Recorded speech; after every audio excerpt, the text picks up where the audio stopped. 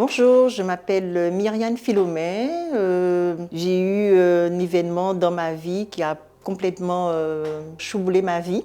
Donc j'ai été, il y a quelques années de ça, atteinte de cancer, plus précisément le cancer du sein. Et voilà, je suis vivante. Alors ce jour-là, c'est un jour assez spécial. J'avais une manifestation, j'avais un rendez-vous avec le médecin. J'avais vraiment pas envie d'y aller. Mais bon, je me suis dit, en plus, ce rendez-vous était à Basse-Terre. J'étais sur une manifestation à Pointe-à-Pitre, un samedi matin. Je me suis dit, bon, j'y vais pas. J'avais quelques douleurs au bas-ventre. Donc, je me suis dit, bon, pour me rassurer, je fais un aller-retour sur la Basse-Terre pour aller à cette consultation. Et malheureusement ou heureusement pour moi, ce jour-là, le médecin me dit, lors de la consultation, il me dit, bon, au niveau du bas-ventre, c'est pas grave, ça ira. Il me dit de ne pas m'inquiéter. Et comme tout médecin, il me fait une palpation des seins. Et je l'entends dire, oh, le vicieux. Alors, je suis surprise, je lui dis, mais qu'est-ce qu'il y a? Est-ce qu'il y a un problème? Il me dit, vous êtes venu seul? Je lui dis, non, je suis accompagnée de mon mari.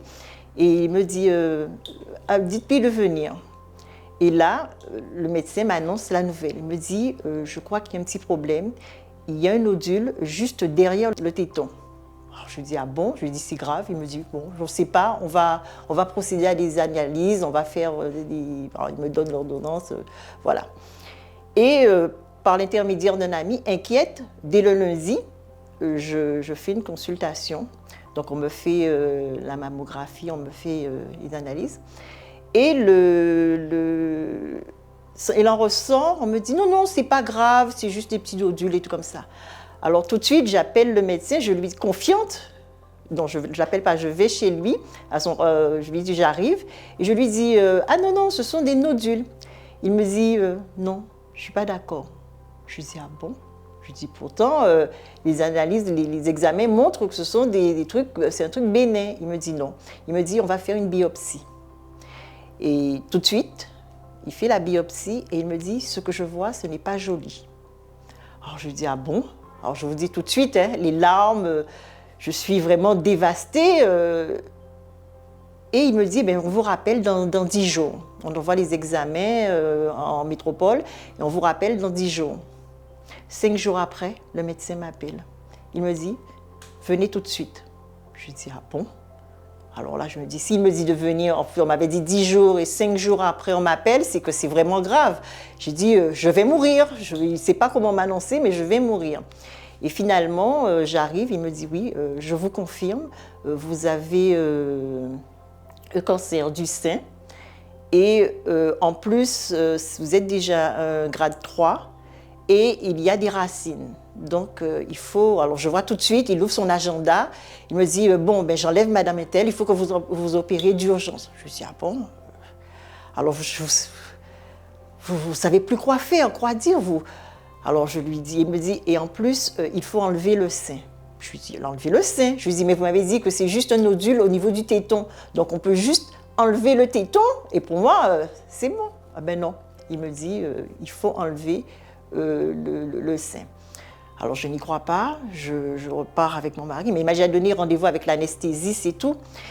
Et lors d'une réunion de famille avec mon mari, mon fils, on se dit, est-ce qu'il faut partir en métropole? Alors là, on hésite, on ne sait pas trop. Tout de suite, avec des relations, j'envoie mes résultats en France. D'autres médecins en France confirment ce diagnostic.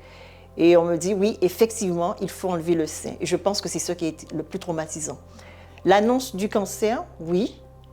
On nous dit que, pour soi, on se dit, on va juste enlever un morceau. Mais quand on vous parle d'enlever le sein, en tant que femme, on se dit, je ne voulais pas. On a fait le choix, mon fils, mon mari et moi, que je restais en Guadeloupe. Parce que c'est mieux d'être en Guadeloupe, entouré de sa famille, partir en métropole, je vais peut-être me trouver seule. Ma mère, mon mari peut-être seraient venus, mais ils n'auraient pas pu rester. Mon fils passait des examens, donc ça aurait été très compliqué. Donc on a fait le choix de rester ici. Et si vous voulez, enlever un sein, c'est quelque chose de terrible. Parce qu'à premier abord, on ne sait pas que peut-être c'est ça qui va vous sauver. Alors j'ai rencontré un médecin, docteur Sfer, qui m'a expliqué vraiment pourquoi il fallait enlever le sein. Il m'a expliqué qu'il fallait enlever le sein parce qu'il y a des racines et en enlevant juste un téton, peut-être qu'il y a des branches qui pourront contaminer le froid, enfin tout le reste du corps. Donc, après cette explication, il m'a fait des schémas, il m'a bien montré, bien expliqué. Je lui ai dit, je suis d'accord. Et à partir de ce moment-là, ça a enclenché tout un tas d'examens. Et ce qui est traumatisant aussi, c'est qu'on se retrouve déjà pour avoir un rendez-vous, il faut attendre. Vous dites, oui, mais c'est urgent, madame. Oui, mais il n'y a pas de place. Donc, on est obligé d'attendre. Et ce moment d'attente est très difficile parce qu'on ne sait pas, on ne connaît pas notre avenir, on ne sait pas.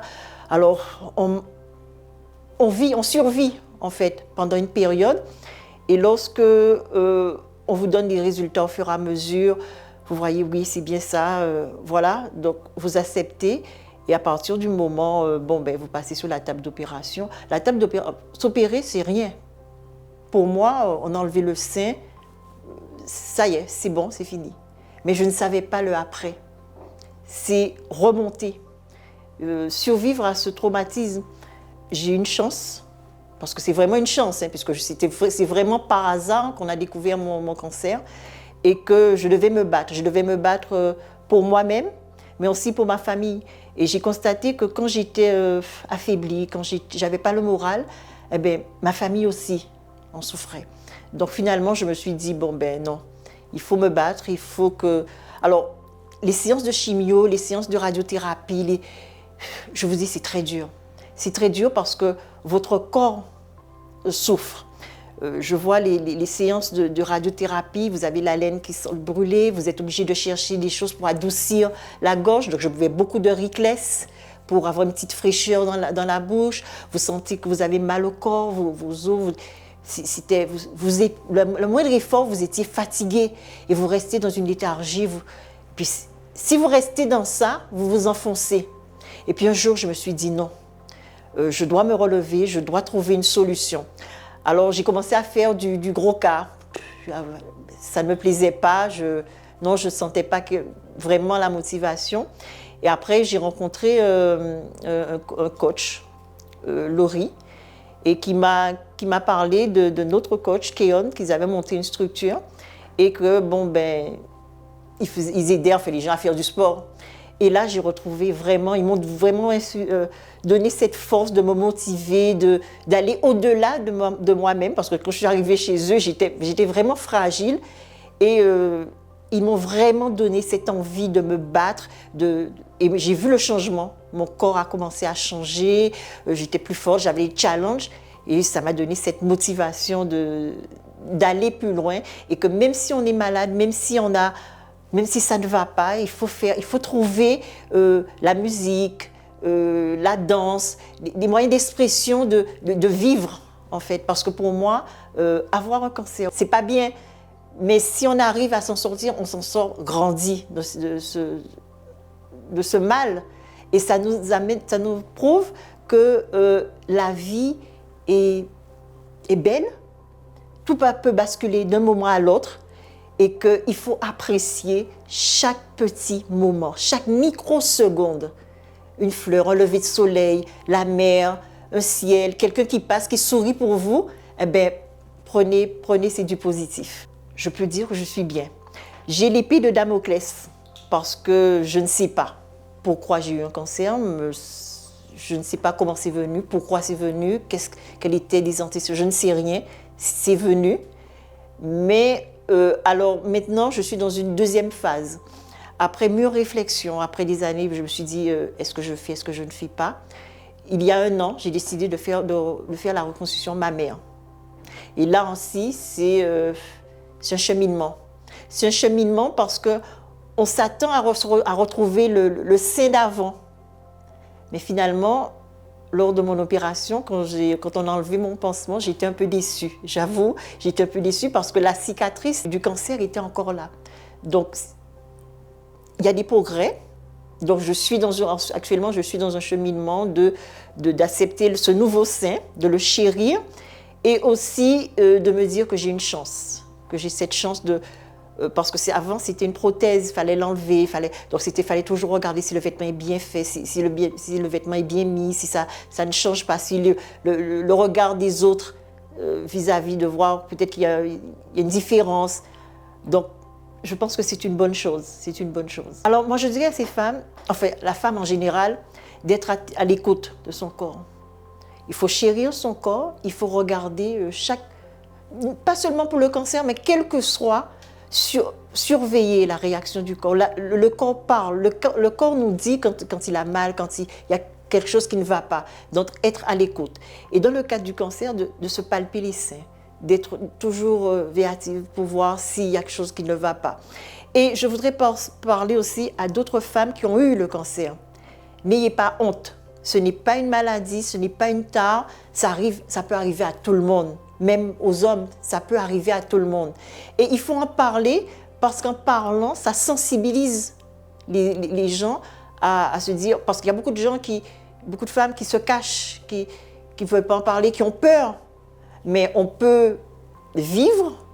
Le cancer du sein, le cancer en général ne veut pas dire tout de suite la mort. Si on s'en sort, eh bien, on peut sauver d'autres personnes. Et moi, j'en parle sans tabou, sans limite, parce que je dis si je peux sauver, et j'ai déjà sauvé des femmes, en parlant, en racontant mon histoire, en leur disant parlez-en autour de vous, n'arrêtez pas. Ce n'est pas seulement le mois d'octobre qu'il faut en parler, il faut en parler souvent, tout le temps, et dire aux femmes, consultez les médecins, faites vos mammographies, suivez votre corps et on va sauver pas mal de femmes.